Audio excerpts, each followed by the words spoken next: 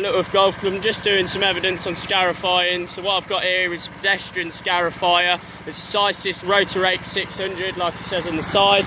So just so I can get my bearings, I'm just going to check the kill switch, which is just here, just so that's not rattling around in my head. So as you can see here, I've done a couple of passes, but beforehand I have cleared the area of any debris so it's not flicking up and could cause any injury to anyone or myself or damage to the machine.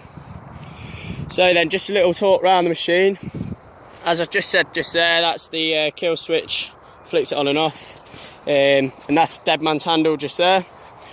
This here is your revs, so you'd want it right up, so it doesn't go very quick.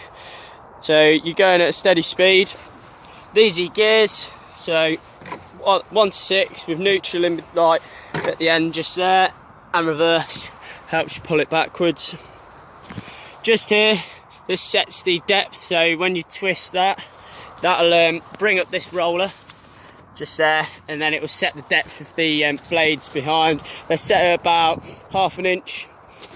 Just these things on the wheels, it scrapes all the crap off there.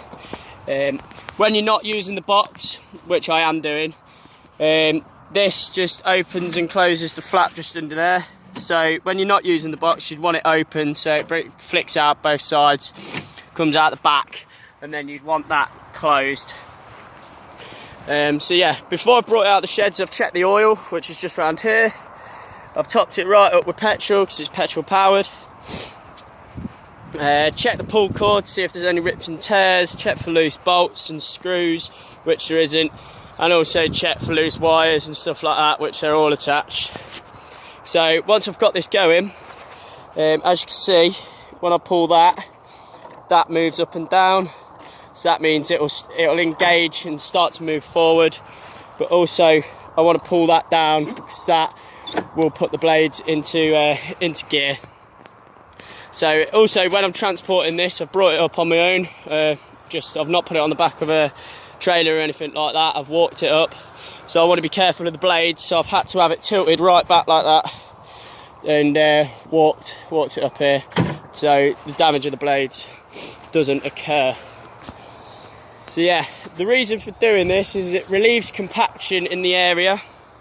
It helps with drainage throughout the wet times, which is quite wet at the minute, and also in the summer when we're having a bit of a drought of rain, it can help with drainage, so it allows the water to the surface, the area, to keep retention of the water, so it helps with dry spots as well.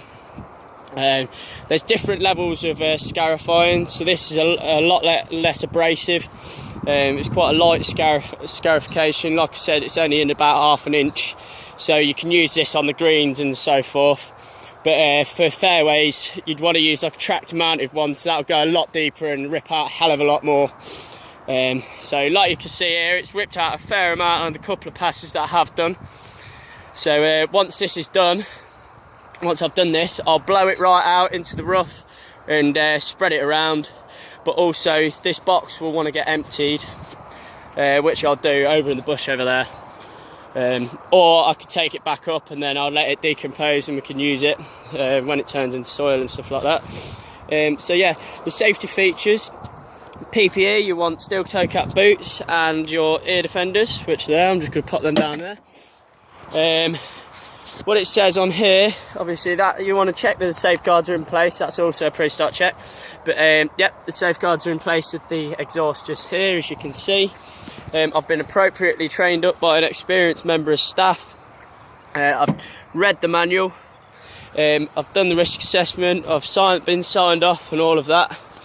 Yeah, you want to be careful. Obviously, there's spinning blades in there, so don't start chucking your hand in there when the machine's on. It's an absolutely stupid idea.